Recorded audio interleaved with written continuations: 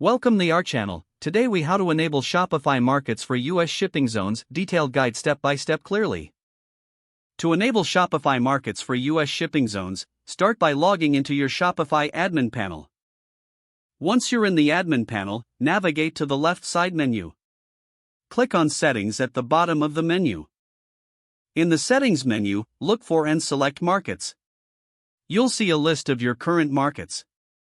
To create or edit your US market, click on Manage next to the United States. Here, you can enable or adjust the settings for the US market.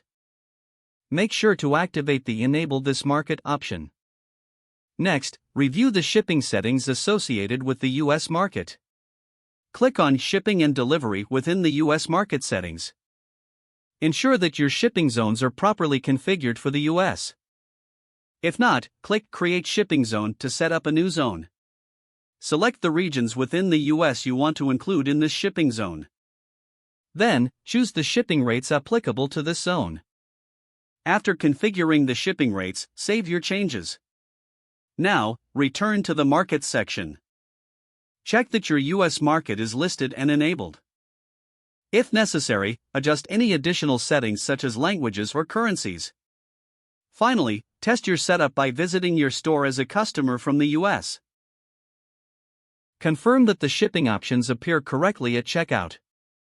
With these steps completed, you've successfully enabled Shopify Markets for US shipping zones.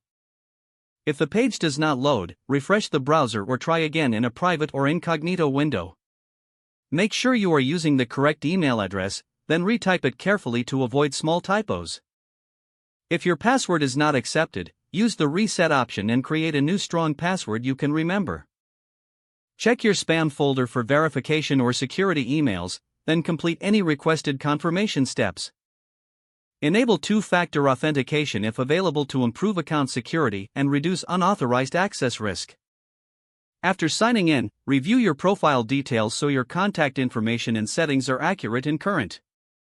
If you see an error message, note it down and try again after restarting your device and internet connection. Log out when you finish, especially on shared devices, to keep your account and payment information secure. Don't forget to like this video and subscribe to our channel for more step-by-step tech guides.